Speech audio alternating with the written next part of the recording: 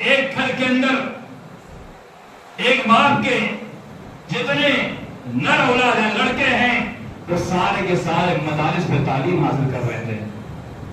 اس کی تعلیم کے دوران باپ بیمار ہو جاتا ہے، ایسا بیمار کہ وہ کما نہیں سکتا، وہ بچوں کو کھلا نہیں سکتا، بچوں کو پال نہیں سکتا۔ اب کیا کرے؟ کرے تو کیا کرے؟ اب باپ جب کمانے کے لائق نہ رہے تو عمومی طور پر ہوتا کیا ہے کہ بڑے بچے کو خاص طور پر قربانی دینی پڑتی ہے۔ وہ اپنی تعلیم کو چھوڑ کر کے، چاہے وہ دینی تعلیم ہو، چاہے دنیاوی تعلیم ہو، چاہے کالج میں، یونیورسٹی میں، کہیں بھی ہو، باپ کی ایسی حالت کے بعد بڑا بچہ عمومی طور پر وہ قربانی دیتا ہے، اپنی تعلیم کو چھوڑ کر کے وہ گھر کو چلانے کی فکر میں لگ جاتا ہے۔ اس باپ نے بھی سوچا اور اس نے یہ غور کیا، اب میں کسی کام کا نہیں رہا، میں بچوں کی تعلیم کے لیے کہاں سے پیسے لاؤں گا، کیسے گھر کو چلاؤں گا؟ اس نے اپنی ہمت کو توڑ دیا، ہمت کو توڑ کر کے اس نے بچوں سے کہہ دیا میرے پاس وہ طاقت نہیں ہے جو اس سے پہلے تھی، اب میں تمہیں نہیں پڑھا سکتا، اب میں تمہارے اخراجات نہیں اٹھا سکتا۔ ایک بچہ جب ہاسٹل میں جاتا ہے تو اس کے پیچھے جو اخراجات لگتے ہیں وہ اخراجات اس کو دینے ہوتے ہیں۔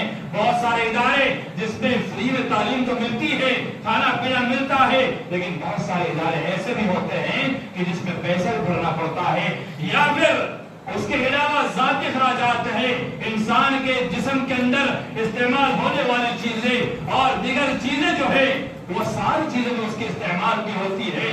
باپ نے کہا اب میرے پاس طاقت نہیں ہے کہ میں تمہیں پڑھاؤں، میں تمہیں آگے تعلیم دوں، اب تم اپنے تعلیم کو چھوڑ دو، تعلیم کو چھوڑ کر کے اپنے سفر کو ختم کرو اور گھر کو چلانے کی فکر اپنے اندر پیدا کر لو۔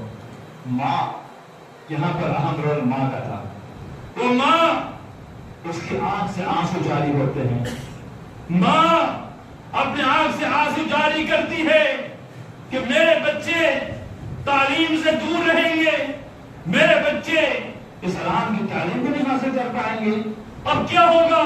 میرے ارمان تھی، میری فکر تھی، میری سوچ تھی، میں سوچ رہی تھی میرے بچے بھی دین کی تعلیم حاصل کریں، آگے بڑھیں اور دین کے لیے کچھ کام کریں، آگے نکلے اور کوئی بڑا کام انجام دے۔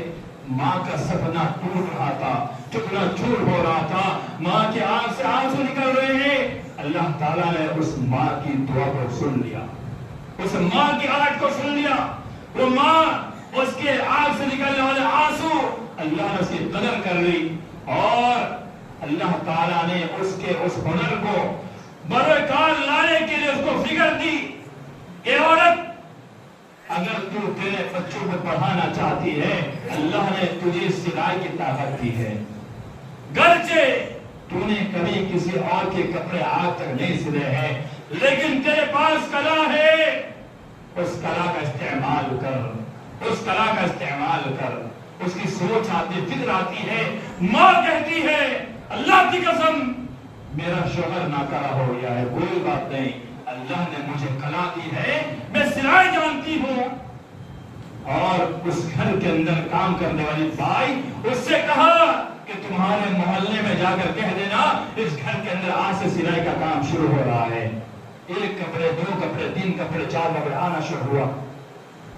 اللہ تعالیٰ نے اس ماں کو وہ طاقت دی کہ اس کے جتنے بچے تعلیم حاصل کر رہے تھے، اللہ کی قسم ایک بھی بچہ ضائع نہیں گیا۔